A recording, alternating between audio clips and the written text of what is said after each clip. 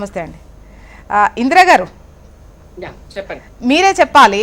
అంటే ఒకవైపు సమయం దగ్గర పడుతోంది స్థానిక సంస్థల ఎన్నికలకు సంబంధించి, దానిపైన ఎటువంటి డిక్లరేషన్ అయితే ఇంకా కనిపించట్లేదు, ఎప్పుడు ఎన్నికలు ఏంటి అన్న దానిపైన. మరోవైపు ఈ కామారెడ్డి సభకు సంబంధించి అంటే రెండు పార్టీలకు సంబంధించి విమర్శలే చేస్తున్నారని, వెళ్లాల్సినటువంటి వేలో వెళ్ళట్లేదు అనేది వాళ్ళ ఉద్దేశం. ప్రస్తుతం ఉన్నటువంటి పరిస్థితుల్లో ఈ 42% రిజర్వేషన్ ఇవ్వడం సాధ్యమేనా? ఫస్ట్ ఆఫ్ ఆల్ ప్యానల్లో ఉన్నటువంటి సోదరులకు, మీకు అలాగే హెచ్ఎంటీ ప్రేక్షకులకు గుడ్ మార్నింగ్ అండి. సో నిన్న పిసిసి ప్రెసిడెంట్ గారు, మంత్రులు, బీసీ మంత్రులు అందరూ కూడా నిన్న సామూహికంగా కామారెడ్డి వెళ్ళి కామారెడ్డిలో కొంత పర్యవేక్షణ చేసి మీటింగ్ కూడా అక్కడ మా పిసిసి గారు అడ్రస్ చేసినట్టుగా చూస్తున్నాం. సో ముఖ్యంగా ఏంటి అని అంటే, ఈ రాష్ట్రంలో చాలా రోజుల నుంచి అంటే దేశవ్యాప్తంగా చేయాల్సినటువంటి అంశాన్ని అధికారం మాకు లేకపోవడంతో మాకు వచ్చిన రాష్ట్రంలో మొదలు పెట్టాము.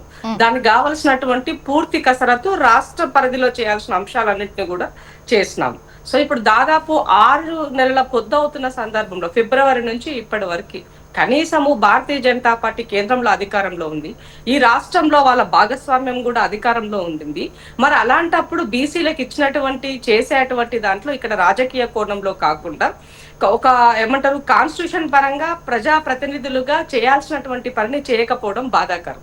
సో ఇక్కడ ఇచ్చినటువంటి అంశాల పట్ల ఆర్డినెన్స్ చేస్తే అడ్డుపడే, జీవోకి వస్తే అడ్డుపడే పరిస్థితిలో ఉండి, ఇవాళ అన్ని రకాలు ఏది ఇచ్చినా కూడా చివరికి మొన్న అసెంబ్లీ పెట్టి చర్చ చేసి దానికి సంబంధించినటువంటి పంచాయతీరాజ్ యాక్ట్ లో ఉన్నటువంటి 285A సవరణ చేయడం కోసం ఆనాడు కేసీఆర్ గారు తెచ్చిన 50% స్లాబ్ ఉంది అనేది ఏదైతే ఉన్నదో దాన్ని ఎత్తివేయడం కోసము తెచ్చేటువంటి దాని ఆర్డినెన్స్ కూడా ఇవాళ గవర్నర్ గారికి ఇచ్చి, గవర్నర్ గారిని అఖిల పక్షంతో వెళ్ళి కలిసి చెప్పడం జరిగింది. సో దాన్ని కూడా ఇప్పటి వరకే కూడా మీరు సుముఖత చూపించకపోతే ఏమనాలి అని అడుగుతున్నాం. అంటే క్లియర్ గా క్లారిటీగా అర్థమవుతుంది ఏంటంటే, ఈ బీసీలకు గనక ఏదైనా రిజర్వేషన్ జరిగినట్లయితే అది ఆటోమేటిక్ గా కాంగ్రెస్ పార్టీకి క్రెడిట్ వస్తుంది. కాబట్టి అది చేసే పరిస్థితిలో భారతీయ జనతా పార్టీ లేదు అనేది చాలా క్లియర్ గా అర్థమవుతుంది. ఈ మధ్య కాలంలో సుప్రీంకోర్టు నుంచి వచ్చినటువంటి కొన్ని మనం గమనించినట్లయితే, రాష్ట్రపతికి సంబంధించి కానీ గవర్నర్ కి సంబంధించినటువంటి బిల్లుల విషయంలో సుప్రీంకోర్టు స్పందించిన విషయం కూడా మనం గమనించాలి. సో వాళ్ళు 3 నెలల కన్నా ఎక్కువ సమయం వాళ్ళ దగ్గర పెట్టుకోవడానికి లేదు. డెఫినెట్ గా ప్రజాప్రతినిధులు అది అవుతుంది కాదు ఏదో ఒకటి తేల్చి చెప్పాల్సినటువంటి బాధ్యత గవర్నర్ పైన, రాష్ట్రపతి పైన ఉంది అని కూడా సుప్రీంకోర్టు ఈ మధ్య కాలం చెప్పింది కూడా మనం చూసాము.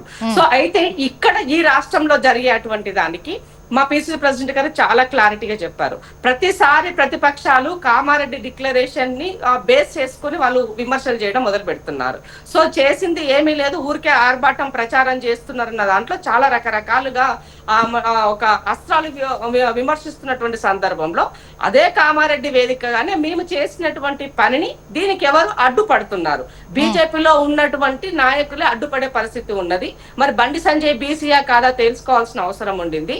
సో అక్కడ నిజామాబాద్ లో ఉన్నటువంటి ఇవాళ అక్కడ ఎంపీ అయినటువంటి అరవింద్ గారు అయిన ఉండొచ్చు, లేదనంటే ఈటల రాజేందర్ బీసీలకి ప్రాతినిధ్యం అని చెప్పి ఈటల రాజేందర్ గారు అయి ఉండొచ్చు. వీళ్ళు ఎందుకు మాట్లాడతలేరు, ఎందుకు నోరు మెదపట్లేరు? ఇవాళ మీరు బీజేపీ వాయిస్ తీసుకుందాం. డెఫినెట్ గా ఇలాంటి శ్రీవర్ధన్ గారు పూర్తిగా కూడా ఆ వేదికగా మా పార్టీకి సంబంధించినటువంటి నేషనల్ ప్రెసిడెంట్ గారు, రాహుల్ గాంధీ గారు, అలాగే ముఖ్యమంత్రి గారు వీళ్ళని కూడా పిలిచి ఈ కార్యక్రమం చేయాలనేది డిసైడ్ చేశాం. కాబట్టి 15వ తారీఖు జరిగే ఈ కార్యక్రమాన్ని పెద్ద ఎత్తున తరలి వచ్చి అందరూ కూడా పార్టీలకు అతీతంగా ఉన్నటువంటి బీసీలంతా దానికి మద్దతు తెలపాలని అడుగుతున్నాను.